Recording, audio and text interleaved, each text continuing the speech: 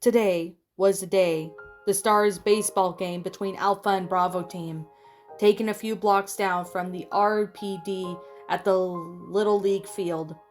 It couldn't have been sooner for Chris. A few weeks back, he had talked to Forrest about getting the teams together to play for fun, just something to break the monotony at work, thinking that it would give everyone a chance to lose. Enrico seemed to have been fazed by the idea. Seeing how hard Bravo had been working lately, he agreed to put aside the Saturday to join his team. Now that Bravo was all in, Chris had to be the one, under an unanimous vote, to invite Wesker, which normally wouldn't be such a bother if his dear captain's black storm cloud hadn't ruined everyone's mood. Wesker placed his weight on the palms as he leaned forward on his desk, his face rippling in anger as he argued with Chef or Chief Irons. You don't need stars to do a drug blast, Irons. Why don't you just send out your expandables instead? I'm sure they'd be more than happy to do something. Irons wiped the sweat off his brow with a handkerchief, scrunching his red tomato face into a scowl. I suggest you watch that tone of yours, Captain, before I suspend you for insubordination. Wesker's nails dug into the wooden desk, but Irons ignored it and continued. You don't have the authority to override my orders, so don't waste your energy telling me what I don't need. You always seem to think the department interagency doesn't apply to you. I warn you that if you keep tabs on that slippery mind of yours, I'll have you discharged and replaced within the next week. As simple as that. Wesker stood to his full height, relaxing his facial muscles just a tad. Really? Then maybe you will have to forgive me, as my mind tends to slip up when confronted with bullshit. As for the matter at hand, I refuse to send my teams to do a job that involves arresting a bunch of teenagers who are too high to know their own names. A lot of effort went into putting his team together, and I'm going to embarrass them by executing such ridiculous order. It insults them as officers and insults me as their captain. Stars wasn't created to abuse Irons. It was created for special operations, seemed to be too dangerous for your expandables to handle. Wesker crossed his arms and leaned forward, dangerously crossing into Irons' personal space. If you want to fire me, do it. It came out sounding like a dare for Irons to try, but the chief made no effort and called Wesker's bluff. He simply stared long and hard into the captain's black lenses, staring into the oblivion as his expression became neutral. He knew that he couldn't fire Wesker. Fred's did nothing to amuse him, the little to bend him to Irons' will. As chief, he took pride in making sure all his personnel and officers and staff alike. He knew how he ran the show, and he had the power in everyone to submit to him. Everyone but Albert Wesker. Irons scoffed and backed away from Wesker, stopping when he reached the exit. I do hope you treat the heads of Umbrella with more respect. He looked over his shoulder, a fox-like grin on his face. I would simply hate to see anything bad happen to you. If they found out how disobedient you are, perhaps you could put more effort into staying on my good side. Wesker smirked. On the contrary, I figure it would be best in your interest to stay on my good side. There is nothing more than Umbrella's doormat. On whim, I could have you removed from this building and disposed of without a second thought. All it takes is one phone call. Irons' face became hard, inevitable defeat sinking into his mind. The ball is in your court. Having heard enough, Irons opened the door and left Wesker's office without saying another word. The Alpha captain stood in the doorway, along with his team, watched Irons as he nearly stomped his way out. Not bothering to close the office door, several RPD officers walked back and peeked into the confused expressions, wondering what the hell had set their chief on fire. Chris stood and made his way to the door. All right, guys, back up. Nothing to see here. He shooed and shut the door, despite their curiosity. Bunch of noisy bastards. I'll say, Jill said as she typed away on her computer. They've got nothing better to do, I guess. No kidding, Barry agreed, without looking up from his work. Chris crossed his arms and settled back against the door, looking over at his captain standing at the doorway. Wesker didn't seem to be fuming, so that was a good sign. He usually slammed his door and stayed in his office for the remainder of the day, and even if he did come out, it was to use the restroom or fulfill his coffee. just as Wesker was about to retreat to his office. Captain? Chris asked him with uncertainty, fearful that Wesker would shout. He was put at ease when Wesker remained in his position, attention to Chris. I was just wondering, we were wondering if you had plans on the 24th. Wesker's brows furrowed at that question. That's 2 weeks from now, Chris. How would I know? Chris pressed his lips together, trying to ignore Joseph snickering at the corner. He pressed on. Well, it's just that we... And who is that this we you keep referring to? Bravo and Alpha? Wesker crossed his arms, impatient, sneering his every word. And what about Bravo and Alpha? Well, if you let me finish my damn sentence, I'll tell you, Chris said, impatience easily turning to anger. Wesker took a deep breath. Calming his boiled temper, he gave a nod to Chris. All right now, Bravo and Alpha, the we in this conversation, we are talking about having the baseball game between both teams on the 24th. So far, all the Bravo and most of Alpha are in. The most words stuck out to Wesker, and immediately he knew where this conversation was going. He shook his head, stopping Chris from continuing. I'm sorry, I don't play baseball. Chris's mouth fell open. But you didn't let me finish. You said most of Alpha, which means the only person left to make of Alpha is myself, right? Chris said nothing. Wesker dipped his head. I must respectfully decline. But Wesker, I said I don't play baseball, Chris, Wesker retorted, causing everyone but Chris to flinch amplified volume of his voice. Now get back to work before I lose my temper.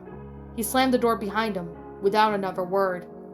Looks like Bravo's early, Barry said to the Alpha occupants, and they parked in the minivan outside the Forest's truck and in Grado's Camaro. All right, kiddies, out. The minivan quickly emptied, and Chris moved around back to the van and opened the rear door, grabbing the equipment bag and faded to a navy blue baseball cap. Before closing the door, he flew on his hat and made his way to the field. Forrest was hitting fly-by balls to Richard, Edward, and Kenneth out in the field. Enrico was sitting on the dugout, lacing up the cleats, and looked up when the Alphas entered the field. Glad you guys can make it. Enrico stood and gave Barry a handshake. I just want to tell you, if there's any consolation you'll need after losing the game. Barry laughed and pushed Enrico away. Don't be sure of yourself. You're playing against the elite, remember? Right, and who is your best player, Jill? Jill's grip on the bat tightened as she smiled playfully at the Bravo captain. Watch it, Enrico. I have a mean swing. Enrico chuckled, pulling the bill out of a cap of her own. Easy, little tiger. Forrest meowed as he heard the group, giving Jill a toothy grin. Tigers don't meow, idiot, she said, pushing the bill upwards and raising the brow at Forrest's choice of attire. A muscle shirt? You're gonna fry out of there? It's like 90 degrees. Forrest smoothed over his mullet, sticking out his chest purposely. I could take off my shirt completely if that will make you feel better, Jill. He then gave a wink that made Jill roll her eyes and turned away. Everyone erupted into a fit of laughter as Jill picked up their cleats. I'll be in the winner's dugout, she called, and her shoulders splitting out her tongue at the Forest. Oh, guys, I almost forgot something, Chris said as he finished unpacking the equipment. Lend me the keys real quick, Barry. Barry tossed the keys to Chris. He left for the van and only returned with a cardboard box. He gave Barry his keys and then sat down the box on the ground. Opening it, he pulled out the red and blue shirts, each number with the last names of everyone on the team. Printed on the front were their team's names according to their color.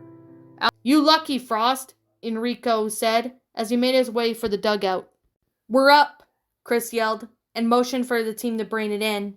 He used the back of the hand to wipe the remain dripping sweat off his forehead, and he jogged to the dugout. He slowly to a stop when he saw his captain seated on the bench, one leg crossed over the other, wearing a black tee that looked as though if it were to rip from the protruding muscles underneath the shorts. Chris had to do a double take. Up shorts, cargo shorts, more precise, and seemingly tame, muscular legs. I'll be damned. Get a load of, Captain, Barry huffed as he stopped next to Chris. Wesker's flat-lined lips curved into a smirk as his team entered the dugout. My, what a lovely day to play baseball, he mused as Chris grabbed the Gatorade from the ice chest. I guess you wouldn't know, huh? Chris took a gulp of his drink and released a refreshing You don't play baseball. Wesker raised his own brows and questioned, Who says I was gonna play?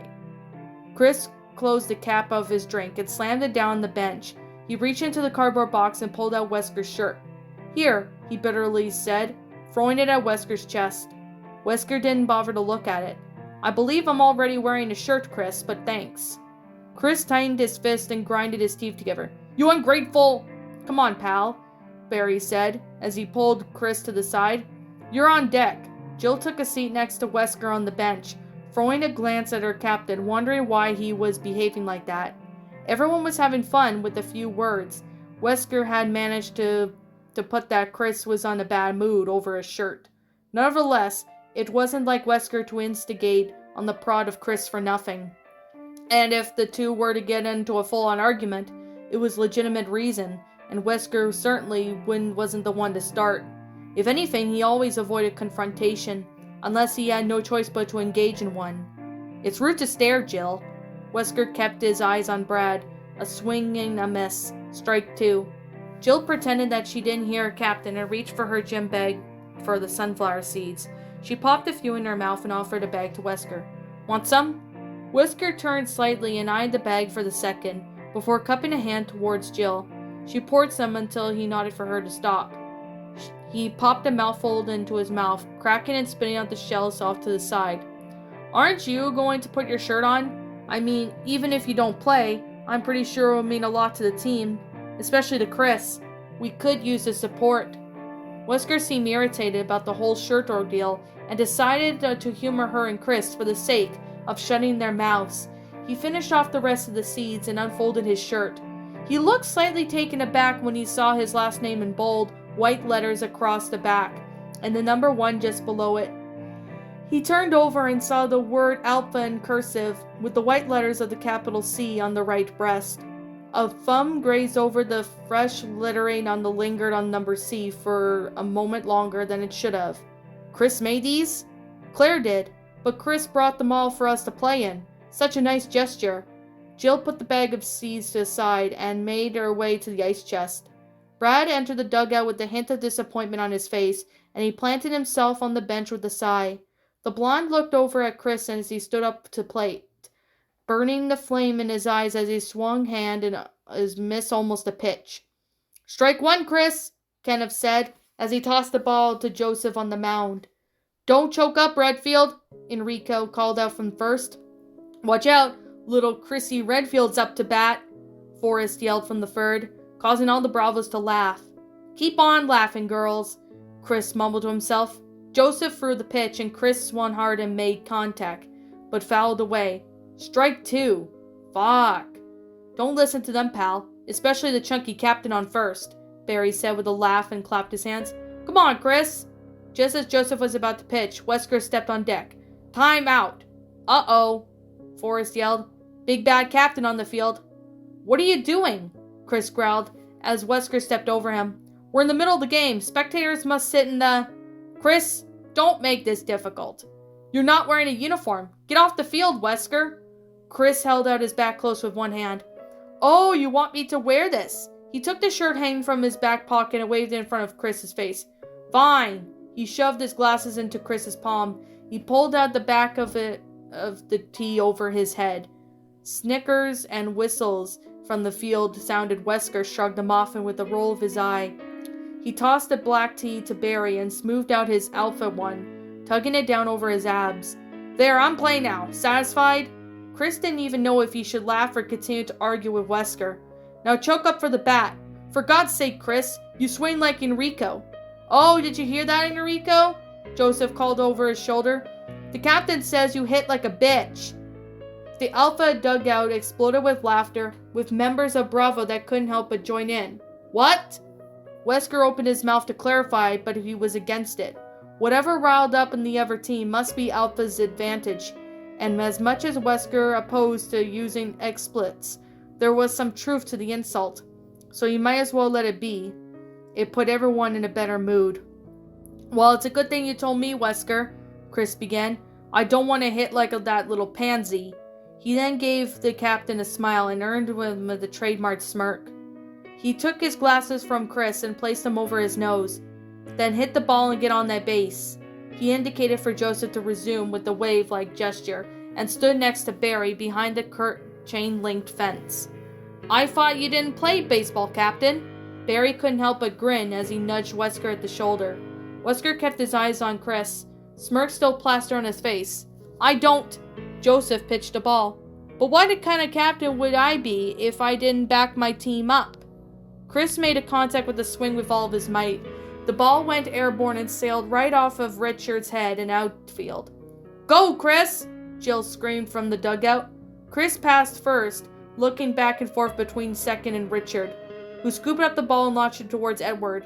Chris rounded second, pushing himself to beat the ball at third. "Throw it!" Forrest yelled out as his mitt, and just by Chris's hair, touched the third base before he was tagged. "Yeah!" Barry clapped and gave Chris a nod of approval. "Good hustle!" He turned to Wesker. "You're up, Captain." Wesker brows furrowed, almost forgetting that he had agreed to play the game, and picked up the bat leaning against the fence. He took a couple of practice swings and stepped up to the plate. "Well, would you look at those legs?" Enrico threw back a laugh. "You should wear more shorts often, Wesker." "Wesker's got nice legs, Enrico. You're just jealous," Jill said playfully. "Ready, Captain?" Joseph asked as he readied his pitch. Wesker gave a nod and tightened the hold of his bat. "Flies open, Captain," Kenneth said, trying to contain his laughter as he waited for the ball.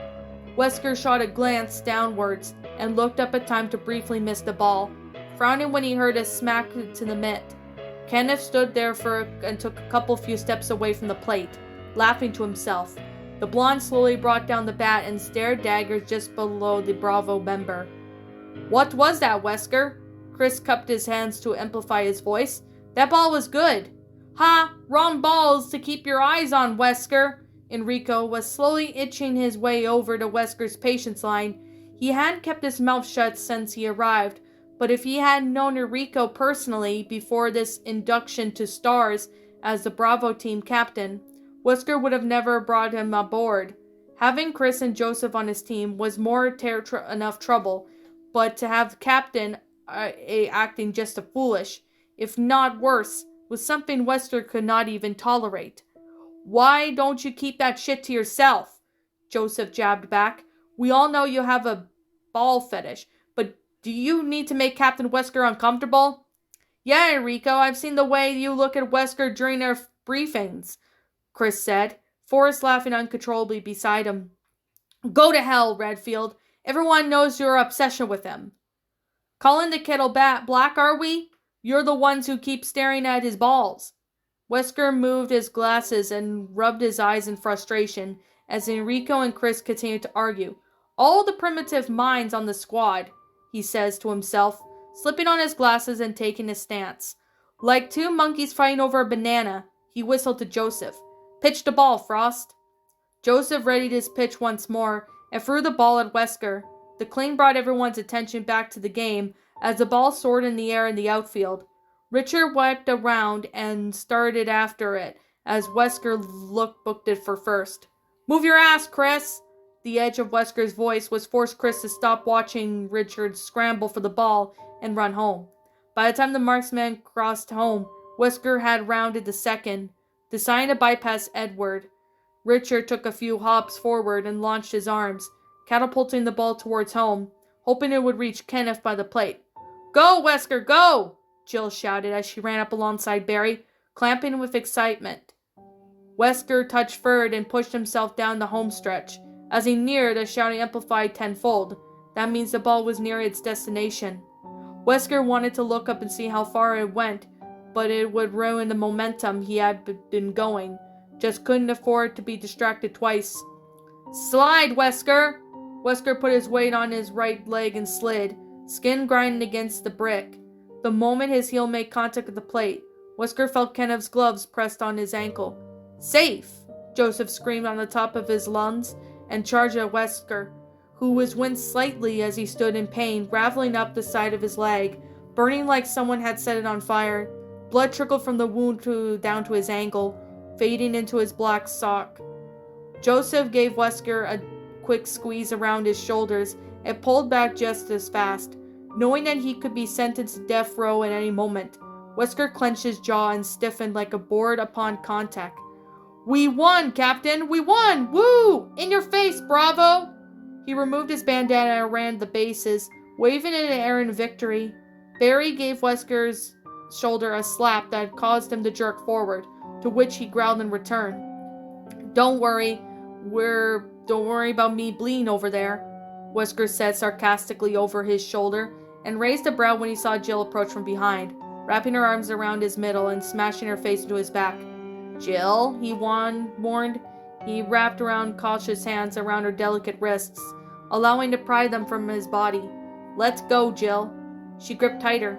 Chris joined her side and wrapped an arm around Wesker's neck, pulling him close and doing the unthinkable, rubbing his fists across Wesker's scalp, ruffling the golden locks out of place and ruining his once impeccable hairstyle.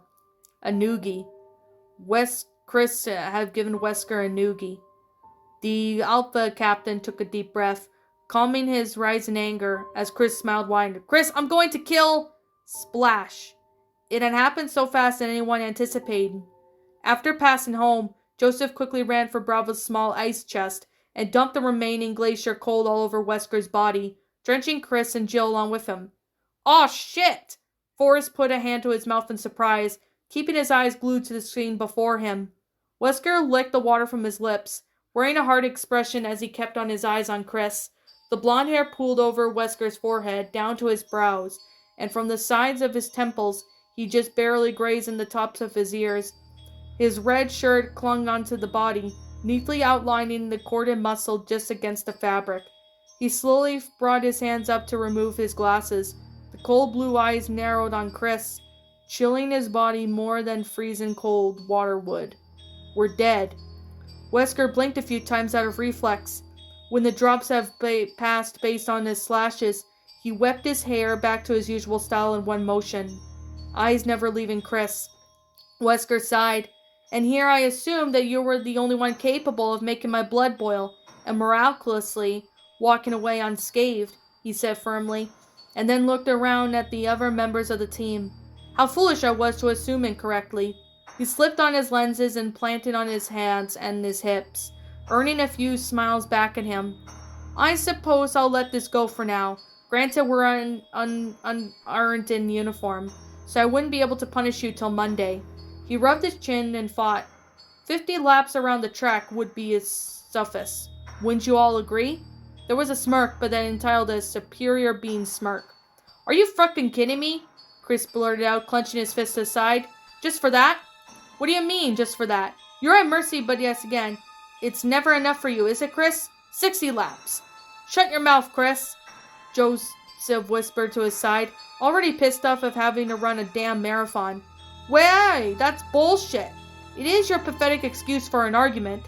Wesker couldn't help but find amusement in Chris's petty rebellion.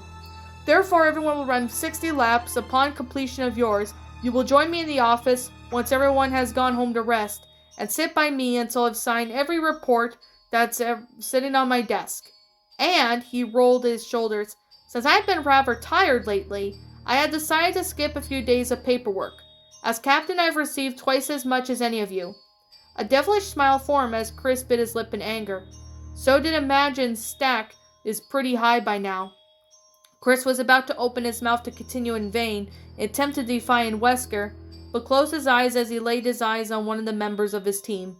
Physically, each of them looked like they were embracing whatever. Wesker wanted to hit them with the necks, but their eyes, however pleaded, almost begged to Chris to say no more. As a unit, they were forced to endure the punishment they were given. Maybe it may be a mistake of a single member to the whole group. Regardless, it was all for one. "Oh, Wesker," Chris replied with some nodding reserves to his captain. 60 laps and babysitting in the office. Got it. "A very wise choice, Chris." Wesker couldn't help but smirk as he wrung ahead of him of his tea. "Now that we've settled this pointless dispute, I think I'm ready for nourishment after the winning game. I've become rather famished. He started for the dugout and retrieved his black tea in exchange for the soaking red one. When he realized he had no one followed, he turned to his side, regarding his team with narrowed eyes. I take it none of you are hungry? Yeah, where to, Wesker? Enrico jogged towards Alpha, pulling his keys from his gym shorts. The diner on 4th? Wesker pulled his wet shirt over his head, wringing it dry and with a twist of his hands. I need a scotch and a good steak. How about that cattle drive down the Blue View Boulevard? Enrico scoffed. Hey, we have decent salaries, but we're not all rich, right? Let's keep it real. What about Charlie's downtown? I mean, they've got cut of beef. As long as I can have my steak and scotch, I'll see you there. He slipped on his black tea and went on the wet one firmly in his hand. You got it. Enrico turned to the rest of his team. We're going to Charlie's. Whoever wants to go meet us there and grab a table. Bravo Captain grabbed his gym bag and started for his cameo. Forrest came up behind Chris, who hadn't moved since from the home plate, and gave him a firm pat on the back. See you there, man. Chris gave a few nod of his acknowledgement, and all the Forrest pack of Bravo's equipment back to his truck. Kenneth and Edward took back at the passenger seats, securing themselves with seatbelts, before Forrest had started the engine and drove off. While the rest of Alpha was loading their gym bags into the minivan, Chris found himself moving towards his captain, until they stood side by side. He peered over at Wesker and noticed his lingering gaze on the bold letters of his last name printed in his Alpha shirt. So you don't have to hold on to that, Wesker. Chris held his hand out. I'm sure you don't want it. It's quite an unusual shade of red, don't you think? He turned to Chris casually, holding the shirt aloft. Well, I guess a few honks sounded from a lot. Come on, Chris, Joseph shouted from the passenger seat. Go on, Wesker said, and threw the shirt over his head. Aren't you coming? Wesker gave Chris a long look before nodding towards the minivan. Go, I'll be going as soon as I get cleaned up. He gestured to his leg. When Chris wouldn't budge, Wesker sighed. Honestly, Chris. Fine, but I'm saving you a seat, Chris said as he walked away. Wesker watched the minivan pull out of the parking lot and out of sight. He pulled the Alpha shirt from his shoulders and gripped it tightly in his hands, smirking to himself as he headed for his car.